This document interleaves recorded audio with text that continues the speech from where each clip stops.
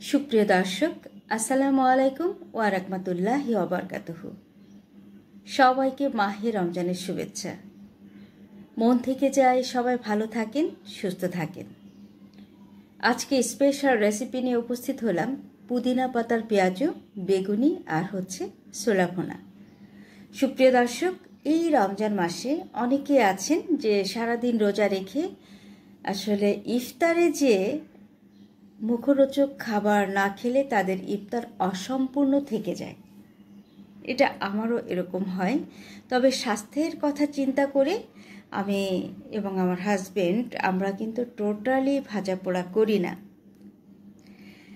এই যে ভাজা পোড়া করছি, এই দিনটাতে আমার বাসায় গেস্ট ছিল। ভিডিওটা এডিট করতে আমার একটু লেট হয়েছে, তাই আজকে সব করছি আমি কিভাবে ছোলা ভুনা করি, দেন বেগুনি করি, পেঁয়াজু করি বা করেছিলাম, সেটাই সব করছি। সুপ্রিয় দর্শক, আমার বেগুনিগুলো কিন্তু খুবই ফুলকো ফুলকো এবং খুবই ক্রাঞ্চি হয়েছিল। আর এবার দিয়ে আমি পুদিনা পাতার পেঁয়াজু করছি। এটা স্বাস্থ্যের জন্য ভালো, অ্যাসিডিটি প্রবলেমটা খুব কম হয়।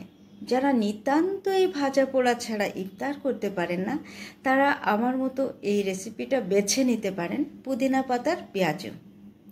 যেটা ভাজা পোড়া যদিও স্বাস্থ্যের জন্য মারাত্মক ক্ষতিকর, তারপরও কিছুটা হলেও আপনার খাবার ডাইজেশন করতে পুদিনা পাতা বেশ কিছুটা হেল্প করবে।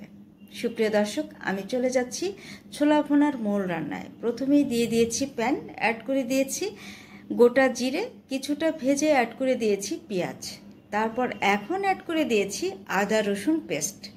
সুন্দরভাবে আমি ভুনা করে নেব।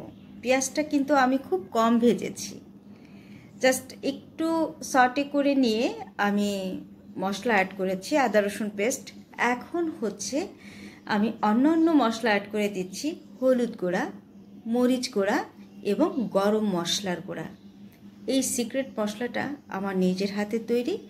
এখানে অনেক উপাদান দিয়ে এই মশলাটা আমি তৈরি করেছি। সুপ্রিয় দর্শক, মশলাটা ভুনা হয়ে গেলে আমি ছোলাটা সুন্দরভাবে অ্যাড করে দিয়েছি।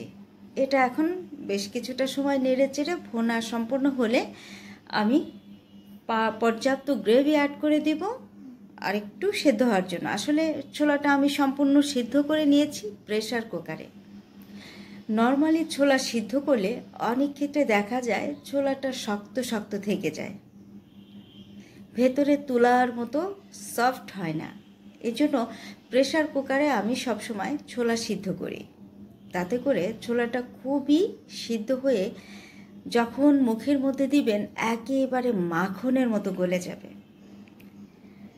সুপ্রিয় দর্শক, এই তো আমার ছিল ছোলা, পেঁয়াজু এবং বেগুনির ছোট্ট পরিসরে ভাজা পোড়া ভুনা, সেটাই আপনাদেরকে দেখালাম। এখন অ্যাড করে দিয়েছি আমি জিরার গুঁড়া, জিরা ভেজে তারপরে এটাকে আমি গুঁড়া করে রেখেছি, সেই জিরা গুঁড়াটাই আমি ছোলার মধ্যে দিয়েছি।